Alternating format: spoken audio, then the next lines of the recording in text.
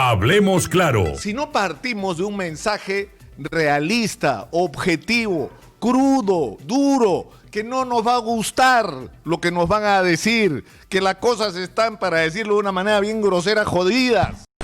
Lo peor que le puede pasar a uno cuando se enferma es que le den un diagnóstico equivocado de su enfermedad. Y lo peor que le puede pasar aunado a esto es que no se tomen las medidas para enfrentar esa enfermedad de una manera adecuada y en el momento oportuno.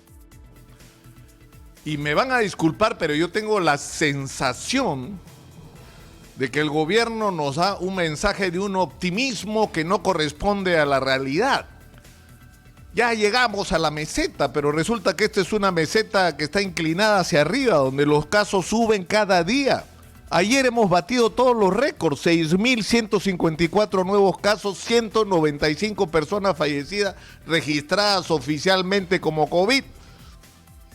Porque lo que se sabe es que hay gente que está muriendo que no está registrada como COVID, que está muriendo en sus casas o que está muriendo por aparentemente otras causas no directamente relacionadas con el COVID, pero que según los estudios médicos podrían estar relacionadas con la enfermedad. Pero en fin, lo cierto es que el mensaje que recibimos es: ya llegamos a la meseta, ahorita empieza la bajada del ritmo de contagios y de fallecimientos, ¿no es cierto? Y que tenemos camas suficientes, porque todos los días el reporte nos dice que tenemos camas suficientes y tenemos respiradores suficientes.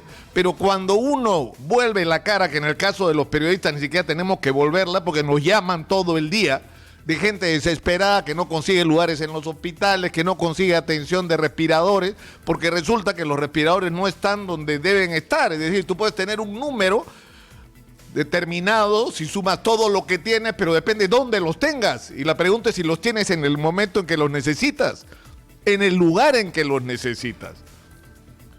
Por el otro lado se han tomado, es decir, la cuarentena, es cierto, funcionó en el sentido que contuvo la expansión de la pandemia de una manera incontrolada en el país. Pero el problema es que lo que ha ocurrido es que no se tomaron en el momento oportuno medidas que era indispensable tomarse. Es decir, controlar los potenciales focos de infección, los mercados. ¿Cuándo hemos empezado a controlar los mercados? Hace unos días, si somos realistas.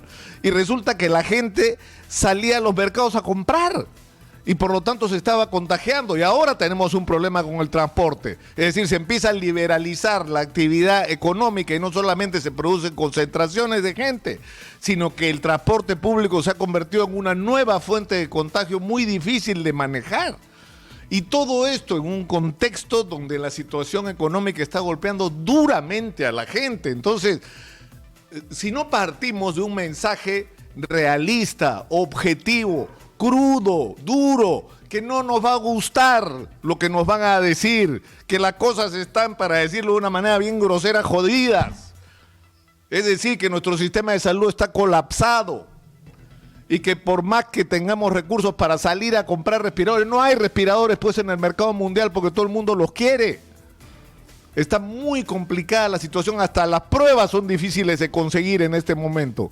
Corea se había convertido en el primer proveedor y es probable que en las próximas horas cierren la exportación de pruebas porque ha habido un pequeño rebrote. Por 40 casos están a punto de cerrar el país nuevamente. Entonces necesitamos en primer lugar información crudamente realista de nuestra situación. Y el otro tema es que hay que tomar medidas que ya sabemos cuáles son, pero hay que hacerlas. Es decir, la primera tarea es proteger a las poblaciones más vulnerables.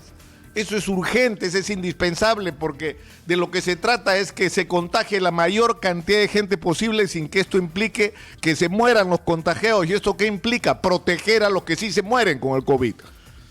Porque el 80% o más no se van a morir con el coronavirus. Va a ser una gripe muy severa lo que van a enfrentar.